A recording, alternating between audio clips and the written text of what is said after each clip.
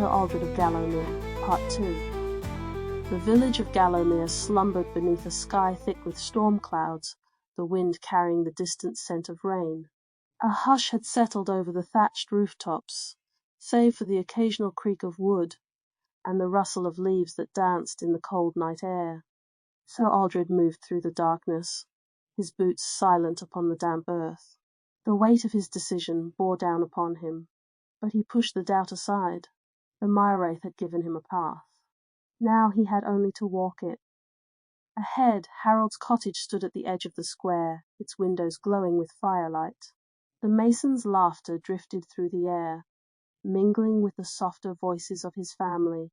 His wife, a gentle woman with hair like wheat, hummed as she rocked the babe in her arms. His eldest son sat at the hearth, whittling a small figure from a scrap of wood. Aldred clenched his jaw. How easily Harold had taken the place of a nobleman.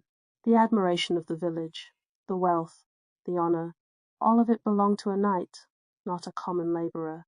His fingers curled around the hilt of his dagger. A single stroke, a single moment, and all would be set right. He took a step forward, and the door creaked open. Harold stepped outside, oblivious to the shadow that lurked in the alleyway. He stretched his arms with a weary sigh, the lines of a day's work still etched upon his hands.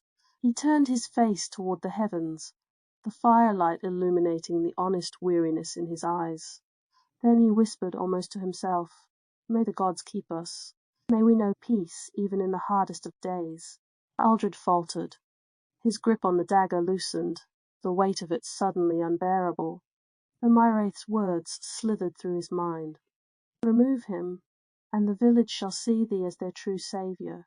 But standing there in the dark, watching Harold lift his face to the sky in quiet prayer, the thought of striking him down made Aldred feel small, cowardly. His pulse pounded in his ears. This was not battle. This was not war. This was murder. His hands trembled. His breath came short. A bead of sweat rolled down his brow, cold despite the warmth of the night. Then Harold turned. Their eyes met. Aldred froze. The mason frowned, his brow creasing in concern. "Sir Aldred," he called softly, "is all well?" For a moment the knight said nothing. His throat tightened, his mind racing for an answer, for a reason why he stood in the shadows like a thief. And then a scream, a terrible piercing wail that shattered the stillness of the night. Not from the house, not from the square, from the woods.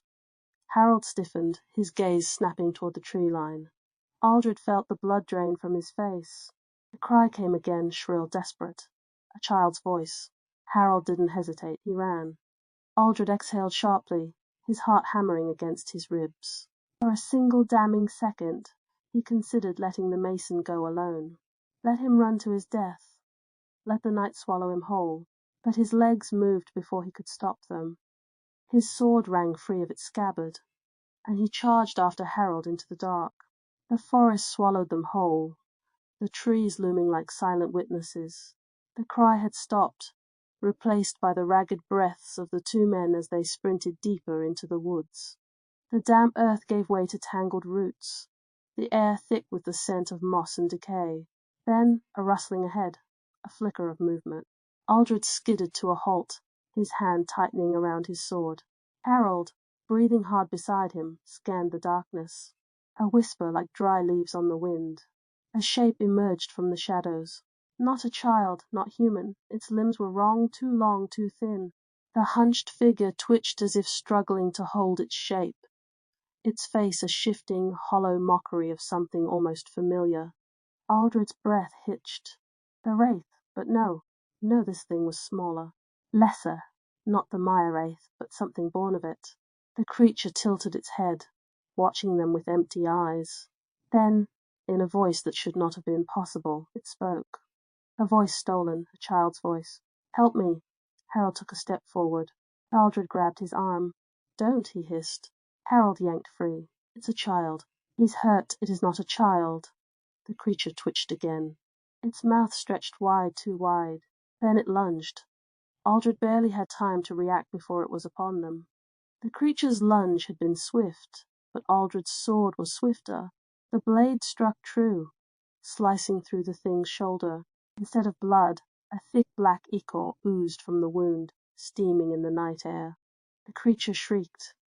A sound like splintering bone and grinding stone filled the forest, rattling Aldred's skull. It staggered back, its form convulsing, as if struggling to maintain its shape. Harold, panting, scrambled away from the thing. Gods preserve us. What is that? Aldred didn't answer. His gaze remained locked on the writhing figure before them. The wound he had inflicted should have been fatal, yet the thing did not fall. Instead, its grotesque form continued to shift, its limbs elongating, its head twisting unnaturally to one side. Then it spoke again. The child's stolen voice had been warped, distorted. Sir Aldred, the sound sent ice through his veins. He had never told it his name. The thing knew him. His grip on the sword tightened. Stay back. The creature twitched, its vacant eyes reflecting the faint moonlight. Then, with a sickening crack, it collapsed inward, its body crumpling like a dying insect. Within seconds it had melted into the earth, leaving behind nothing but a dark stain upon the damp soil. Silence fell over the woods. Only the ragged sound of Harold's breathing and the distant rustling of the wind remained. Aldred slowly lowered his blade. His thoughts churned. This thing had been born of the Mirewraith. He was certain of it. But why had it spoken his name? Why had it imitated the voice of a child? More importantly, why had it attacked Harold first? The thought clawed at him. If the Wraith's price had been a simple murder, why unleash something like this? Harold shuddered, running a hand through his dishevelled hair. I must fetch the priest. The village must know of this. No. Harold turned sharply. No. Aldred, didst thou not see? That thing I saw. Aldred sheathed his sword. And the village will panic if we tell them. Thinkest thou they will fight such a thing? Or will they flee? Harold hesitated. They will burn their homes to the ground afore they risk being hunted. Aldred continued. No, this is not a tale for frightened villagers. This is something older. Something that must be understood ere we act. Harold exhaled shakily. Then what dost thou propose? Aldred turned his gaze toward the looming silhouette of Gallowmere. We find someone who knows what walks these woods. The journey back was made in silence. Aldred's mind remained clouded, pieces of the puzzle refusing to fit. By the time they reached the village, dawn's first light had begun to creep over the rooftops. The thatched homes, so familiar, now felt strangely fragile, as though the weight of the unseen pressed upon them. Harold hesitated at the crossroads. The priest, he said. Father Oswin may have answers. Aldred shook his head. Nay, a priest will see only devils and call for torches. We need someone who knows the old ways. Harold paled. Thou speakest of the crone? Aldred nodded. The old woman lived on the very edge of the village, where the land began to slope toward the fens. They called her Mirewraith, a woman of whispers and strange remedies, a relic of an age when men still feared the gods that dwelled in the hills. Harold shifted uncomfortably. If she be a witch, she cannot be trusted. She is the only one with reason to know what this is. Harold hesitated, but said no more. The decision had been made. Mirewraith's dwelling was a crooked thing, hunched like an old man's spine. Smoke curled from the chimney, thick with the scent of damp herbs. A line of dried bones hung above the doorway, rattling softly in the breeze. Aldred knocked once, then twice. Then the door swung open on its own. The darkness within breathed. Harold muttered a prayer. Aldred stepped inside. The air was thick, pungent with the scent of earth and burning tallow. Strange objects littered the walls, bundles of dried flowers, animal skulls, trinkets carved from wood and stone. A single candle flickered in the gloom. Then a voice, so, thou hast seen it. Mirewraith sat hunched beside the fire, her face lost beneath the folds of her hood. Her fingers traced the rim of a clay bowl, long and bony. Aldred stepped forward. Thou knowest what we speak of. Her lips curled. I know many things, knight. Then she lifted her head, her eyes clouded and milky with age, fixed upon him. Tell me, she whispered, when thou madest thy bargain, didst thou listen? The words struck him like a blow. Harold stiffened. What dost thou mean? Edreda did not look at him. Her gaze remained upon Aldred. A thread of thy soul, she murmured. That is what he took, was it not? Aldred's mouth went dry. Harold took a step back, horror dawning upon his face. Aldred, Edreda tilted her head. Tell me, knight, what doth a soul do? Aldred did not answer. She leaned forward, her voice dropping to a whisper. A soul is the tether between a man and what he was meant to be. Silence. Harold was the first to speak. What he was meant to be? Edreda chuckled darkly. Tell me, Sir Aldred, hast thou felt it yet? Aldred's hands clenched into fists. Felt what? The hunger. The fire crackled. Aldred's pulse thundered in his ears. The hunger, Edreda repeated, her voice barely above a breath. The need that grows with each passing hour. It gnaws, does it not? It whispers in the quiet, promising thee greatness. Strength. Aldred swallowed hard. That is what he gave thee, not honour, not a path to glory. Her eyes gleamed like wet stones. He hollowed thee. Harold turned pale. Aldred. Dost thou? Aldred forced his voice to remain steady. And the creature? Edreda leaned back. A shadow of thee, a piece of what was torn away. The revelation hit him like a blade to the chest. A piece of himself. That thing in the woods. It was not a separate entity. It was him. Or rather what had been taken. His stomach twisted. A nausea that was not truly nausea. A void that could not be filled. He had thought the bargain was simple. But the Mirewraith had not simply asked for a price. It had changed him. Edreda's voice pulled him from his thoughts. There is a way, she said. Aldred looked up. The Wraith's hold upon thee is not yet complete. But if thou dost not act soon, it shall be. Then, she smiled, thou must undo what hath been done. The words weighed heavy. Aldred met her gaze. And how, he said quietly, dost thou propose we do that? Her smile widened. Thou must find thy lost self. The silence of Edreda's hut pressed upon Aldred like a hand against his throat. A piece of himself. That was what the Mirewraith had taken. And now that piece had manifested, twisted, corrupted, stalking the woods like a thing half-born and wholly wrong. Aldred exhaled slowly, forcing stillness upon his thoughts. He would not let fear rule him. There is a way, Edreda had said. A way to undo what had been done. He leaned forward. Tell me. Edreda did not answer immediately. Her fingers, knotted with age, traced the rim of her clay bowl. Her clouded eyes seemed to see beyond him, into something deeper. Thou art not the first, she murmured. Aldred stiffened. What meanest thou? She let the silence stretch before answering. The Mirewraith's hunger is old. It hath claimed many, knights, lords, even kings. Some sought power, some sought love. Others sought naught but to fill the emptiness within them. All of them were devoured. The word hung in the air, thick and cloying. Harold shifted uncomfortably. And yet, thou sayest there is a way to undo it. Edreda tilted her head, considering him. Then slowly she nodded. A way. Perilous path, yet a path none the less. Aldred's grip on his sword tightened. Speak it. Edreda's fingers stilled against the clay. Thy shadow, the thing thou saw in the woods, is but the beginning. If it finds thee first, it shall take thy place. Thou wilt become it, and it shall become thee. Harold blanched. That cannot be. Edreda did not blink. It shall. But if thou seeketh it first, if thou dost seize what was stolen, then perhaps thou mayst unmake the bargain ere it consumes thee whole. Aldred straightened. Where? Edreda's lips curved into something not quite a smile. The barrow of black thorns. A cold weight settled in his stomach. The barrow.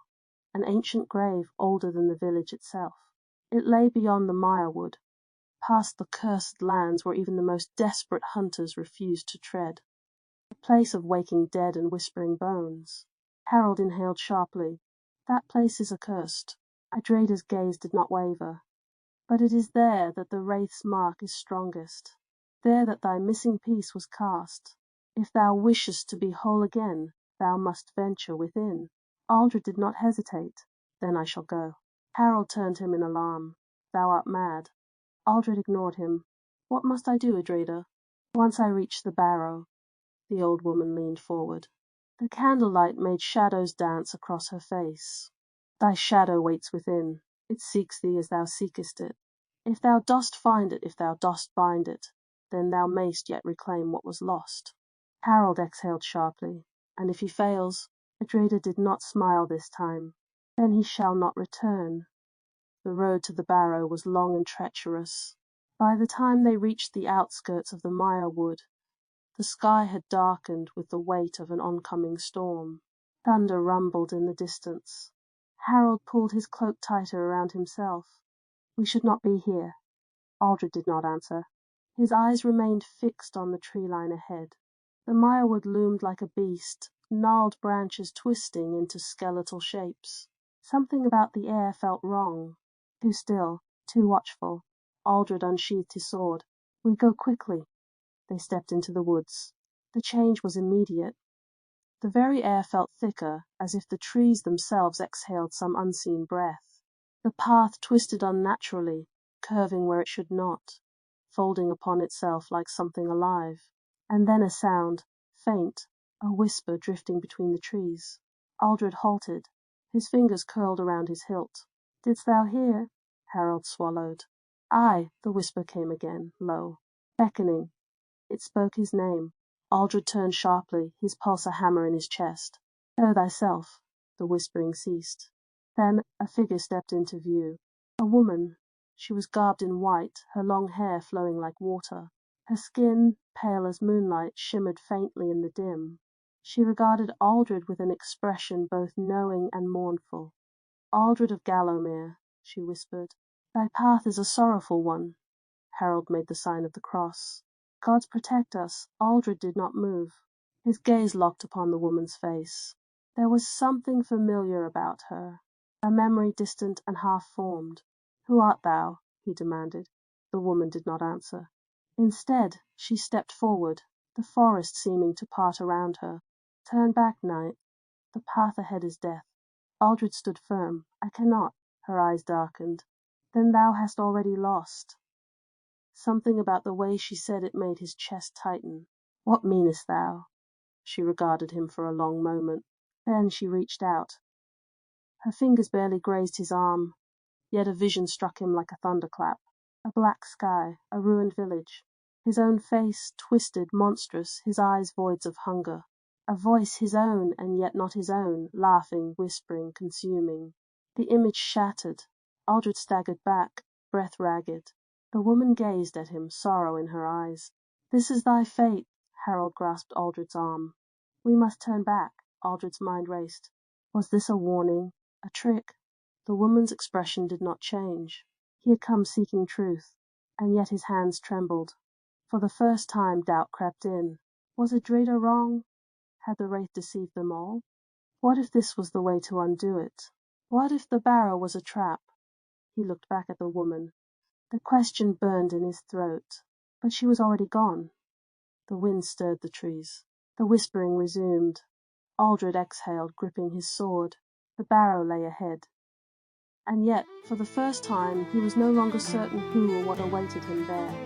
End of Part 2, Sir Aldred of Gallowmere. Another tale from TripplEXreader. Sir Aldred of Gallowmere.